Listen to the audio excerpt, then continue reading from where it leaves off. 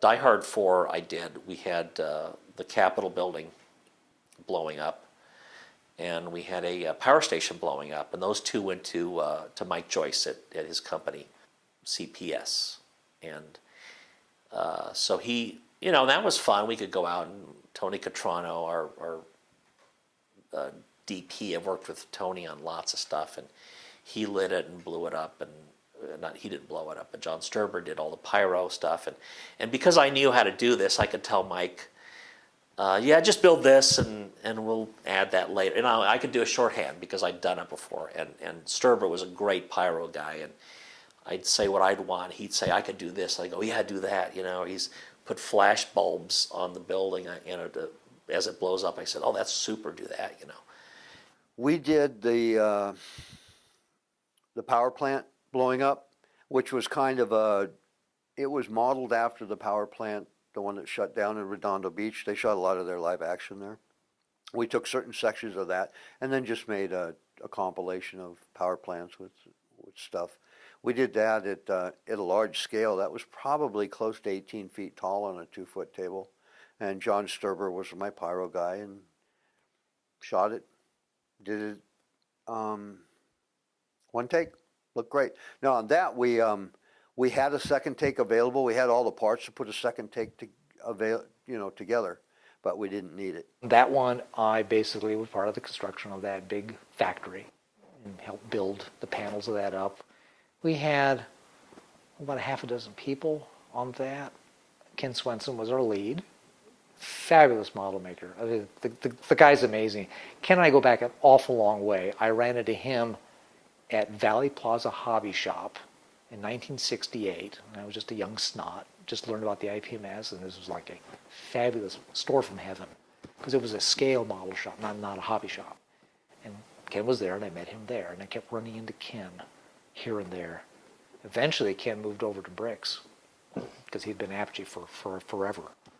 And he came over to bricks, and I just kept bumping into the guy. It's really funny. So my last job was with him there. And I think he was sorry to see me go, but I basically did all the paint, and Mike actually complimented me on the paint job. He rarely compliments anyone, but I actually got one. On Die Hard 4, we also did the Capitol building, unlike Independence Day where we just shot the Capitol dome. We did the whole building with the with green screens in front. And when we shot it, it was only going to be seen in the movie on a video screen. It was kind of a fake blowing up of the Capitol that the bad guy in this movie was using for some reason. So we shot that, and then the explosions, the underground explosions leading up to the power plant blowing up was something they added on at the last minute, and we did that out on location by building a series of mortars, probably 200 mortars that we put not underground, but we built a table, and we did rows of them, and we did a forced perspective. We did like way in the background. I think it was about 100 feet long. We did like 2, and then 4, and then 6, and then 8, and I think we went up to we're about 24 mortars wide, and there was pyro mortars and debris mortars being the ground shooting up, and it was just this explosion of underground gas lines, power lines or whatever, I don't know, blowing up till it reaches the power plant, and they put it together.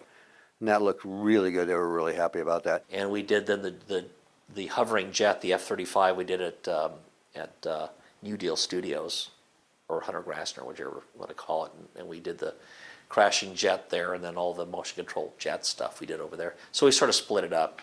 And what's nice about doing model stuff, at least, we get out of the office in post-production and go shoot something, which is fun.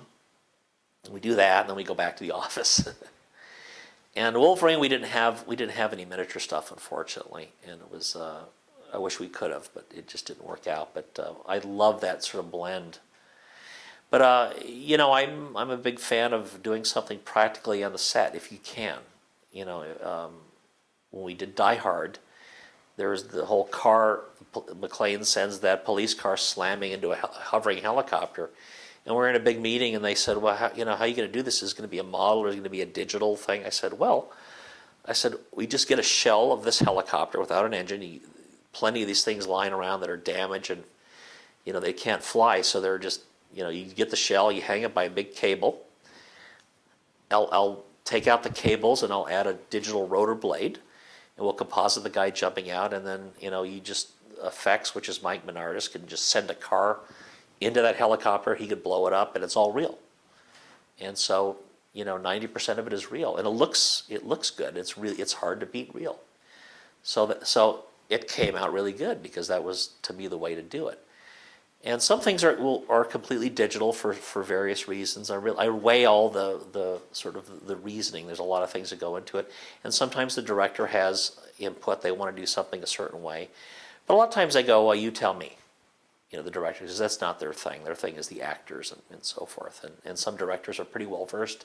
Len Wiseman was really good on Die Hard 4. He really understood this stuff because he started as a prop guy. He was an assistant prop master, and he liked miniatures. So we did some of the F-35, the hovering plane, is a miniature. And other directors say, you tell me what's best. I still like to keep my hand involved a little bit, and I feel that at least some piece of every project that we do needs to have my actual touch. So I'll usually find some little component, some little element, some little feature of the job that I will try to do myself, just so I can say I actually had my hand involved.